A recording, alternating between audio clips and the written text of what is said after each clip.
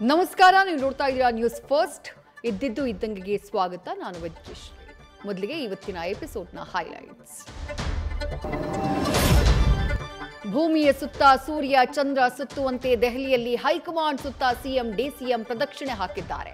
ಆದರೆ ನಾಯಕತ್ವದ ಗುಟ್ಟು ರಟ್ಟಾಗಿಲ್ಲ. ಸಂಪುಟ ಪುನರಚನೆಯ ಪಟ್ಟು ಮಾತ್ರ ಬಿಗಿಯಾಗಿದೆ. ಹೈಕಮಾಂಡ್ಗೆ ಇಕ್ಕಟ್ಟು ಸೃಷ್ಟಿಯಾಗಿದೆ. ಡಿಕೆ ಚಿತ್ತ ಮತ್ತೆ ದೆಹಲಿಯತ್ತ ನೆಟ್ಟಿದೆ.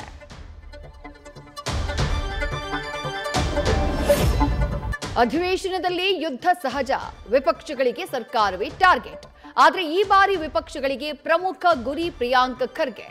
ಆರ್ಎಸ್ಎಸ್ ವಿರುದ್ಧ ಆರ್ಭಟಿಸಿದ್ದ ಖರ್ಗೆ ಪುತ್ರನಿಗೆ ಚಕ್ರವ್ಯೂಹ ರೆಡಿಯಾಗ್ತಾ ಇದೆ.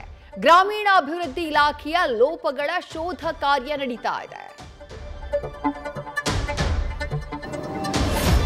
ಬಿಹಾರ ಗೆಲುವಿನ ಹುಮ್ಮಸ್ಸು ರಾಜ್ಯ ಕೇಸರಿ ಪಾಳ್ಯದಲ್ಲಿ ತೇಜಸ್ಸು ಹೆಚ್ಚೋಕೆ ಕಾರಣವಾಗಿದೆ. ಇದೇ ಉತ್ಸಾಹದಲ್ಲಿ ನೂತನ ಸಾರಥಿಯ ಆಯ್ಕೆಗೆ ಕಸರತ್ತು ಜೋರಾಗಿ ನಡೀತಾ ಇದೆ. ಪುತ್ರನ ಪಟ್ಟ ಉಳಿಸಿಕೊಳ್ಳೋಕೆ ಯಡಿಯೂರಪ್ಪ ದೆಹಲಿ ದಾರಿ ಹಿಡಿಯೋಕೆ ಸಜ್ಜಾಗಿದ್ದಾರೆ.